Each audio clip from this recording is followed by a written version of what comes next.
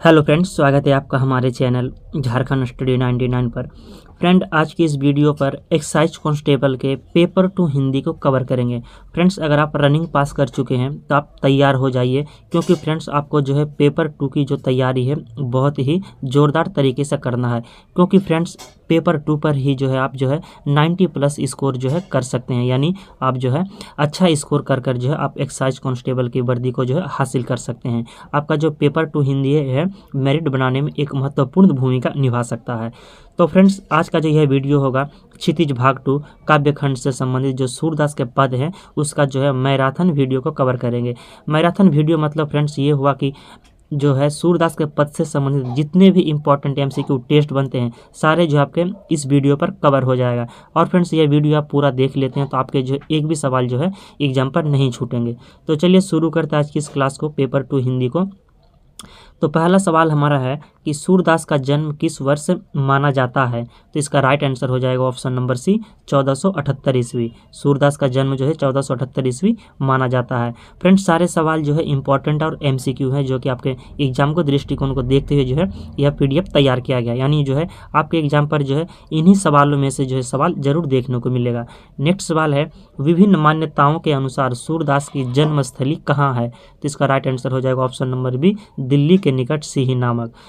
सूरदास का जो फ्रेंड्स जन्म पर जो है कई सारे मान्यता हैं कि सूरदास का जन्म यहाँ हुआ है तो सूरदास का जन्म वहाँ हुआ है, लेकिन जो विभिन्न मान्यताओं के अनुसार जो सर्वाधिक उपयुक्त माना जाता है तो वह दिल्ली के निकट जो है सीही माना जाता है। तो आपका 2 का option number B right answer है। तीसरा सवाल है फ्रेंड्स, और फ्रेंड्स मैं आपको वीडियो के अंत में बताऊंगा जो आपका जो है इसका पीडीएफ जो है किस प्रकार से प्राप्त कर सकते हैं, तो आपको वीडियो के अंत तक बने रहना है। नेक्स्ट सवाल है, इनमें से सूरदास के गुरु कौन थे। तो इसका राइट आंसर हो जाएगा ऑप्शन नंबर सी, महाप्रभु वल्लभाचार्य। सूरदास के गुरु का नाम क्या था, तो महाप्रभु वल्लभाचार्य था। नेक्स्ट सवाल है, सूरदास निम्न किस समूह या वर्ग के कवियों में सर्वाधिक प्रसिद्ध हैं। तो इसका राइट आंसर हो जाएगा option number A, Ashtachhap. Friends, अष्टछाप पर जो है कुल कवियों की संख्या कितनी है, तो 8 है। और अष्टछाप पर जो कुल कवियों की संख्या 8 है और इन्हीं में से 8 समूहों में से जो है सर्वाधिक प्रसिद्ध कवि रहे हैं हमारे सूरदास जी। तो सूरदास जी किस समूह या वर्ग के कवि हैं, तो अष्टछाप के कवि हैं।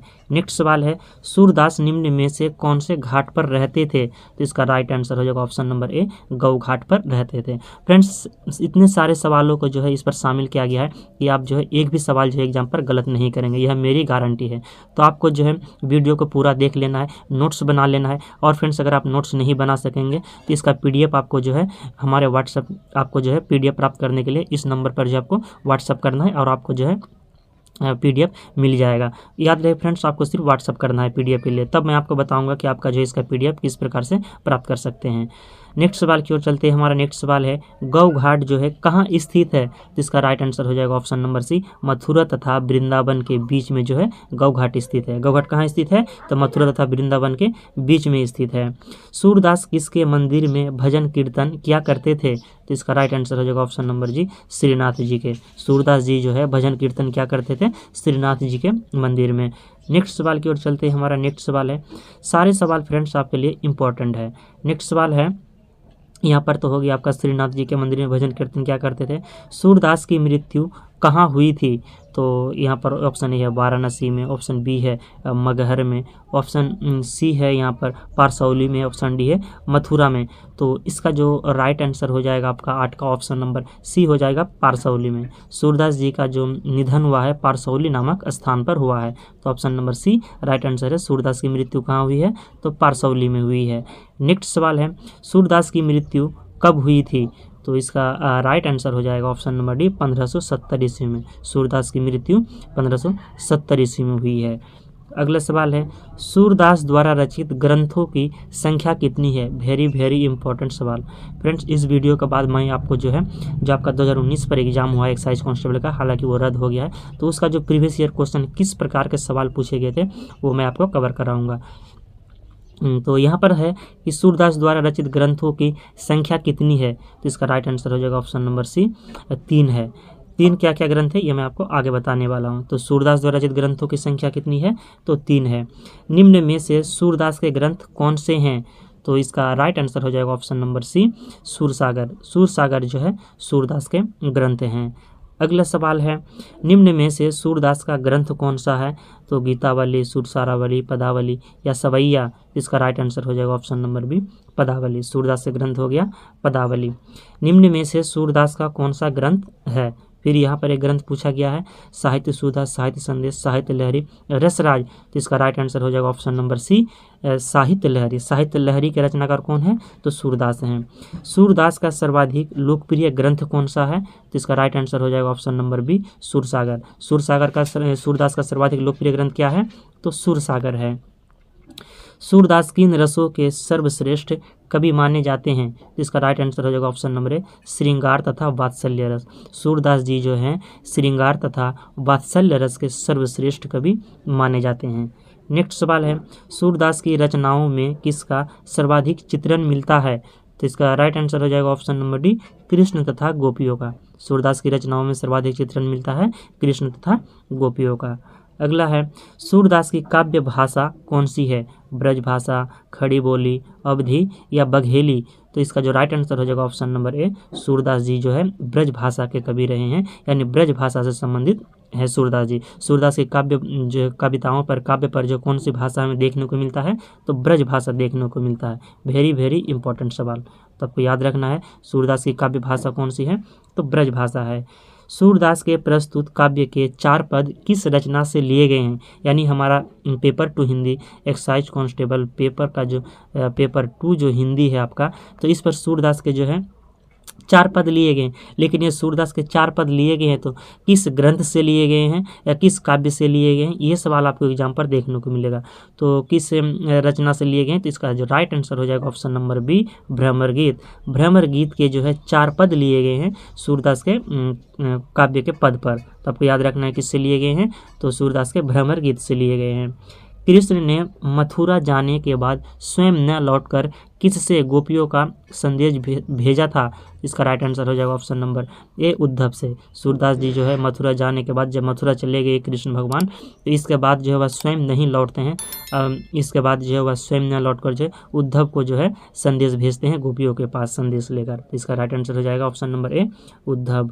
नेक्स्ट सवाल है, उद्धव ने निम्न में से कैसा उपदेश देकर गोपियों की विरह वेदना को शांत करने का प्रयास किया है? तो इसका राइट आंसर हो जाएगा ऑप्शन नंबर डी निर्गुण ब्रह्म एवं योग का उपदेश। उद्धव जो है निम्न में से कैसा उपदेश दिया है गोपियों को जिससे विरह वेदना को शांत करने का प्रयास किया है? तो निर्गुण ब्रह्म एवं योग का संदेश दिया है। नेक्स्ट सवाल है, गोपियाँ ज्ञान मार्ग की बजाय किस मार्ग को पसंद करती थी? तो इसका जो राइट आंसर हो जाएगा आपका ऑप्शन नंबर सी प्रेम मार्ग को। गोपियों को जो है उद्धव का ज्ञान मार्ग जो है पसंद नहीं आते हैं, तो वह किस मार्ग को पसंद करते हैं? तो प्रेम मार्ग को पसंद करते हैं। अगला सवाल है, भ्रमर गीत का प्रारंभ किसके आने के बाद होता है? इसका राइट आंसर हो जाएगा ऑप्शन नंबर ए भौरा के। आप याद रखिएगा भ्रमर गीत का जो प्रारंभ होता है किसके आने के बाद होता है? तो भौरा के आने के बाद प्रारंभ होता है। अगला सवाल है, गोपियों ने पद में किस पर व्यंग्य किया है? तो इसका राइट आंसर हो जाएगा ऑप्शन नंबर बी उद्धव को। गोपियों ने जो है प्रस्तुत पद में जो है किसे व्यंग्य किया है? तो उद्धव पर जो है व्यंग्य किया है। प्रथम पद में गोपियों ने उद्धव की तुलना किससे की है? तो इसका राइट आंसर हो जाएगा ऑप्शन नंबर सी कमल के पत्ते से। प्रथम पद पर जो है गोपियाँ उद्धव की तुलना किससे करते हैं? तो कमल के पत्ते से करते हैं। गोपियों ने स्वयं का कृष्ण के प्रति आकर्षण को किसकी भांति बताया है? तो इसका राइट आंसर हो जाएगा गुड़ तथा चींटी की भांति। गोपियाँ जो है अपने आप से कहती है कि जिस प्रकार चींटी जो है गुड़ पर लिपटी हुई रहती है उसी प्रकार हम जो है कृष्ण के प्रति, उनके प्रेम में प्रति, उसके प्रेम भाव के प्रति लिपटे हुए रहते हैं। इसीलिए गोपियों ने जो है स्वयं को कृष्ण के प्रति आकर्षण का जो भाव बताया है, तुलना किया है, तो गुड़ तथा चींटी की भांति किया है। नेक्स्ट सवाल है, गोपियाँ अपना संदेश उद्धव को न देकर किसे देना चाहती है? तो इसका राइट आंसर हो जाएगा option number B Shri Krishna को। गोपियाँ जो है अपना संदेश उद्धव को नहीं दिया है बल्कि उद्धव को न देकर किसे देना पसंद करती है? तो श्री कृष्ण को देना पसंद करती है। गोपियाँ किसके द्वारा विरह में डूबी हुई है? तो इसका राइट आंसर हो जाएगा option number A Shri Krishna के विरह में डूबी हुई है। नेक्स्ट सवाल है, गोपियों ने श्री कृष्ण को किसके समान बताया है? ऑप्शन ए है आम की लकड़ी के समान, हारिल की लकड़ी के समान, चंदन की लकड़ी के समान, या इनमें से कोई नहीं। तो इसका जो फ्रेंड्स राइट आंसर हो जाएगा ऑप्शन नंबर बी हारिल की लकड़ी के समान। गोपियों ने श्री कृष्ण को हारिल की लकड़ी के समान बताया है। श्री कृष्ण तीसरे पद के अनुसार किसके पुत्र हैं? तो इसका राइट आंसर हो जाएगा ऑप्शन नंबर सी, नंद बाबा के पुत्र हैं। जब आप पद पढ़ेंगे फ्रेंड्स सूरदास का पद, तो आपको पता चलेगा कि श्री कृष्ण जो है तीसरे पद के अनुसार जो है नंद बाबा के पुत्र हैं। नेक्स्ट सवाल है, गोपियों को उद्धव का संदेश कैसा प्रतीत होता है? इसका राइट आंसर हो जाएगा कड़वी ककड़ी के समान, option number B, very very important सवाल है। तो गोपियों को जो है उद्धव का संदेश कैसा प्रतीत होता है? तो कड़वी ककड़ी के समान प्रतीत होता है। अंतिम पद में गोपियों ने उद्धव के माध्यम से श्री कृष्ण को किए धर्म के पालन करने का संदेश भेजा है। तो कौन सा धर्म जो है उद्धव के माध्यम से श्री कृष्ण को धर्म का पालन करने का संदेश भेजा है? अंतिम पद में गोपियों ने उद्धव के द्वारा, तो इसका राइट आंसर हो जाएगा राजधर्म का। गोपियों का कहना है कि श्री कृष्ण जो है राजधर्म को भूल गए हैं, यानी वह प्रजा के कष्ट को नहीं देखते हैं, जो वह जो है उद्धव के माध्यम से उद्धव को भेज दिए हैं, और हमें जो है अपना जो है फिक्र ही नहीं है हम लोगों का, जो वह नहीं आए हैं। इसी कारण से गोपियाँ कहती है कि वह जो है यानी श्री कृष्ण जो है वह राजधर्म का पालन नहीं करते हैं, यह कहना है। तो यहाँ पर हो जाएगा आपका राजधर्म का। नेक्स्ट सवाल की ओर चलते हैं। हमारा नेक्स्ट सवाल है, उद्धव तुम हो अति बड़भागी किस कवि की पंक्ति है? देखिए फ्रेंड्स, आपको जो इस तरह का पंक्तियाँ एग्जाम पर देखने को मिल सकता है और पूछेगा कि इसके रचनाकार कौन है, इसके लेखक कौन है, या किस ग्रंथ से लिया गया है। तो सारे जो है जितने भी पॉइंट हैं सारे जो आपको इस वीडियो पर कवर होने वाला है, यानी एक भी सवाल जो आपको जो फ्रेंड्स पेपर टू हिंदी के नहीं छूटेंगे। और फ्रेंड्स, अगर आप हमारे सारे पेपर टू हिंदी के वीडियो देख लेते हैं या पीडीएफ से अध्ययन कर लेते हैं, तो आपके जो है एग्जाम पर जो है 90+ स्कोर अवश्य होगा। तो वीडियो के अंत तक जरूर बने रहिएगा। तो यहाँ पर सवाल है कि उद्धव तुम हो अति बड़भागी किस कवि की पंक्ति है? इसका राइट आंसर हो जाएगा ऑप्शन नंबर बी, सूरदास की पंक्ति है। उद्धव तुम हो अति बड़भागी किस कवि की पंक्ति है? तो सूरदास की पंक्ति है।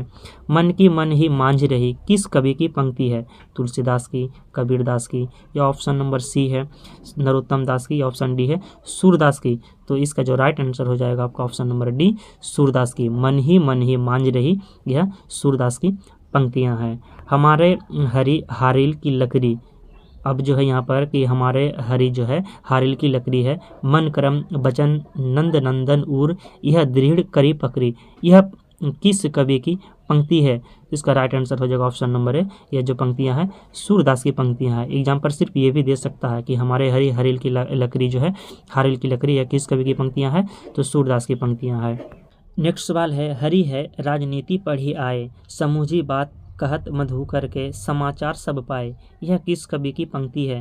तो इसका भी राइट आंसर हो जाएगा ऑप्शन नंबर बी, सूरदास के पद पढ़ रहे हैं और सूरदास के पद पढ़ रहे हैं, तो जो भी इस पर आएंगे तो आपके सूरदास आंसर हो जाएंगे। लेकिन आपको याद रखना है कि ये जो पंक्तियां हैं ये पंक्तियां किस कवि की है, यानी आपको जो पंक्तियां याद रखना है कि हरि है राजनीति पढ़ी आए, इस पर एक पद पर जो है आपका ये पंक्तियां है कि समूझी बात कहत मधु करके समाचार सब पाए, यह किस कवि की पंक्ति है?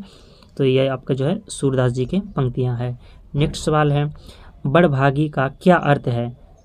ऑप्शन ए है एक पक्षी, भाग्यशाली, रक्षा के लिए पुकारना, या योग की प्रबल धार। तो इसका राइट आंसर हो जाएगा ऑप्शन नंबर बी, भाग्यशाली। बड़भागी का अर्थ होता है भाग्यशाली होता है। श्री कृष्ण गोपियों को योग मार्ग की शिक्षा देने के लिए किसको वृंदावन भेजते हैं? तो इसका राइट आंसर हो जाएगा ऑप्शन नंबर सी, उद्धव को भेजते हैं।